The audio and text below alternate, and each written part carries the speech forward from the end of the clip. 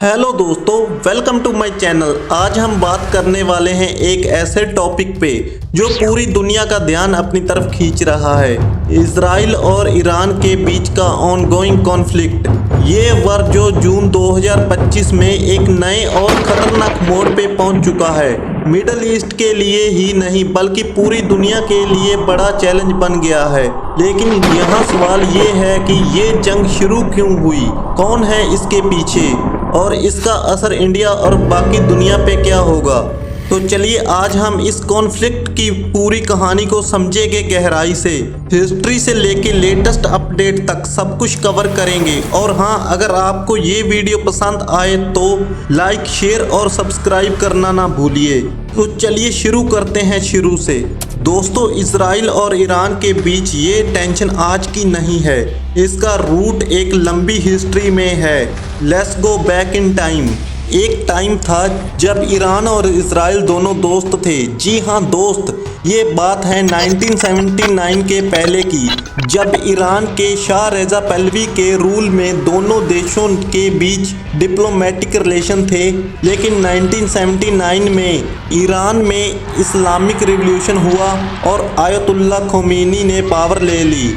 इस रिवॉल्यूशन ने ईरान को एक इस्लामिक रिपब्लिक बना दिया और उसके बाद से ईरान का रुख इजराइल के खिलाफ अग्रेसिव हो गया।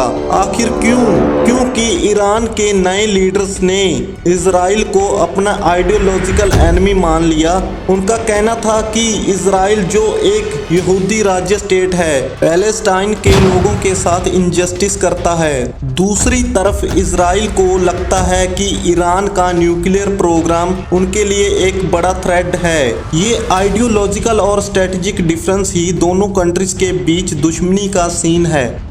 फास्ट फॉरवर्ड टू 2025, ये दुश्मनी अब फुल फ्लैश्ड वॉर में बदल चुकी है। लेकिन इस बार की जंग का ट्रिगर क्या था? 13 जून 2025 को इजराइल ने ऑपरेशन राइजिंग लाइन लॉन्च किया, जिसमें उन्होंने ईरान के न्यूक्लियर फैसिलिटीज और मिसाइल साइट्स पर मैसिव एयर स्ट्राइक किए। ये अटैक इतना बड़ा था कि ईरान के मेजर मिलिट्री कमांडर्स और न्यूक्लियर साइंटिस्ट की डेथ हो गई। अब ईरान ने भी जवाब दिया। उन्होंने ब्लास्टिक मिसाइल्स और ड्रोन से इजराइल पे काउंटर अटैक्स किए, जिसमें टेल अवीव जैसे सिटीज में सायरन बजने लगे और लोग बंकरों में छुपने लगे। ये टिट फॉर टैट अटैक्स 3 दिन तक चलते रहे और अब तक 246 से ज़्यादा लोगों की जानें जा चुकी हैं, जिसमें ईरान में 224 और इजराइल में 16 से ज़्यादा डेथ्स हुई हैं। तो दोस्तों, अब बात करते हैं लेटेस्ट अपडेट की। जून 2025 में ये कॉन्फ्लिक्ट एक डेंजरस टर्न ले चुका है। इजराइल ने ईरान के defence ministry headquarters, foreign ministry और शाहराम ऑयल डिपोट पे अटैक्स किए। दूसरी तरफ ईरान ने भी इजराइल के हॉस्पिटल्स और सिविलियंस एरिया पे मिसाइल्स अटैक्स किए, जो इंटरनेशनल लॉ के खिलाफ है। एक शॉकिंग क्लेम भी आया है कि ईरान के supreme leader ayatollah Ali Khomeini ने अपनी पावर ईरानियन मिलिट्री को ट्रांसफर कर दी है, क्योंकि उनके क्लोज सहयोगियों की डेथ्स ने उन्हें आइसोलेट कर दिया है।